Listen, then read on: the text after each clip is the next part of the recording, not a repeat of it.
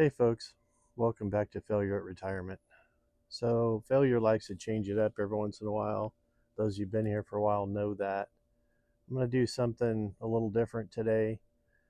I know this doesn't really hit my demographic, and that's okay. This video comes from some conversations I had with my kids in the last couple weeks and a couple friends as well.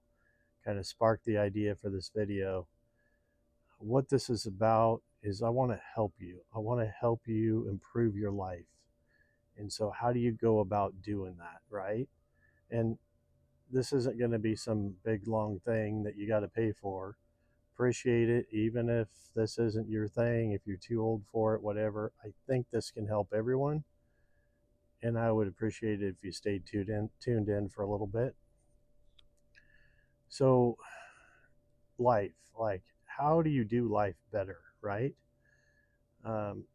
So, for failure, I realized at some point life is a game.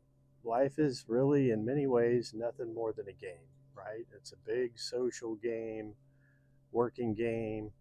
And so, what do you do? I'm not a big sports guy, but what do you do in sports if you want to win the game? First thing you do is you study your opponent, right? Study your opponent. Learn their moves, learn what they're good at, where their weak points are. You study that. And the more time you spend studying that, baseball, football, uh, pick your sport, right? Study your opponent, learn his moves. Life is no different, really. Study up for the game of life. This can be done. I did it. And so I'm going to go over exactly how I studied up for life.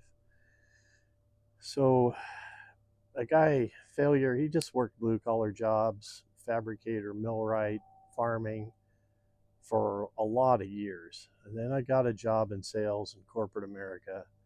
That was a kind of a game changer. But I don't know, 3, 4 years into it, I got a new regional manager. And this guy he didn't have many social skills, to be honest. He was kind of hard to work with. But then one day we went to a sales meeting and he gives us all this book. Hopefully, I think this is probably backwards, but it's The Voice of Authority.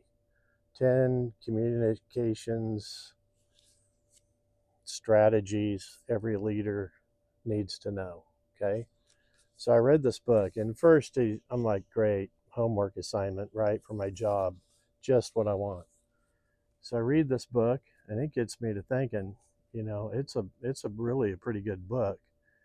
So this gets me to thinking, if I read more books like this, like self-improvement type books, can this make me a better salesperson? That was my goal at the time, right? Not looking at the big picture that many of these tools that I would learn would be good for my whole life.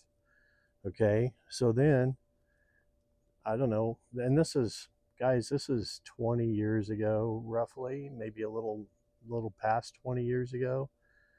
In fact, it was more like 21, 22 years ago, because the guy was about 38 years old, roughly, when this happened. So I I didn't stop there. I read 6, 8, 10 books. I don't remember them all at this point, but I looked in the bookshelf. I still have a few of them. I think many of the others got loaned out, didn't come back, which is fine. One of the books I read that I don't have is Rich Dad Poor Dad, the original one. I know he has like 10 different books now. I read the first one, and that really changed my thinking about what is an asset, what isn't an asset. And I'm not gonna lie to you, I kind of fought that concept for a little bit. I didn't really get it at first, but over time, like, I don't think he could be more right. And today, if you watch him on YouTube, my opinion, he's kind of gone way off the deep end. But his original book, and maybe one or two of the first books after that, very, very good. If you want to improve your life, read these books. Study your opponent, okay? So one of the other ones I read was Think and Grow Rich. I don't consider myself to be a rich person today, but again, these books taught me to be a better salesperson, and those skills translated into the rest of my life, generally speaking, right? How to negotiate a deal, how to make your money work for you. These are some of the goals we got going on here. Okay. One of the other ones I read, The Magic of Thinking Big. Okay. Um, One of the other ones I read, and this is not so financial, but this is a book that'll make you think about your life, Fast Food Nation. Okay. So, and then don't judge me on this. This was 20 years ago or more. I read The Art of the Deal. If you don't know what that is, that's Donald Trump's book from way back in the day. Again, don't judge me. You don't have to read that one if you don't want to. I'm sure there was more, like I said, but this is how failure studied his opponent. Failure studied the opponent of life. And I'm telling you, from the time I read these books and I thought about them, I was outside sales. I was driving around all day long for work, stopping in, meeting customers, driving around all day long. I'm thinking about this, like reading the books, going over it in my mind all day long, thinking about it. It was a game changer for failure. I'm not kidding around on this. Take the time, study your opponent. It is worth it. And one of the reasons I know that I was about 38, 39 years old when this is going on is because I was 38, because on my 39th birthday is when I set my goal to be a millionaire in 5 years. So I wanted to be a millionaire by the time I was 44. And didn't quite make her. Had to hit the pause button for about 2 years when I started farming, but made it.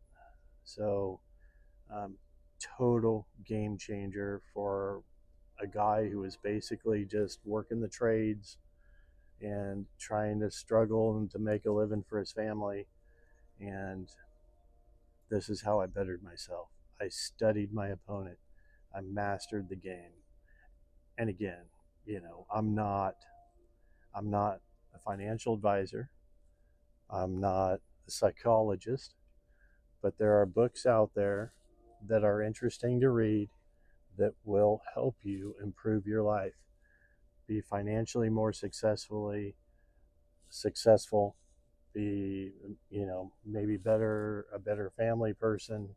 Whatever your game is, whatever you want to do, take the time, read these books. It'll be well worth your time. I know it was for me. So that's it. Hopefully you've stuck through to the end. Appreciate you guys watching. Have a good day. We'll see you next time on Failure at Retirement.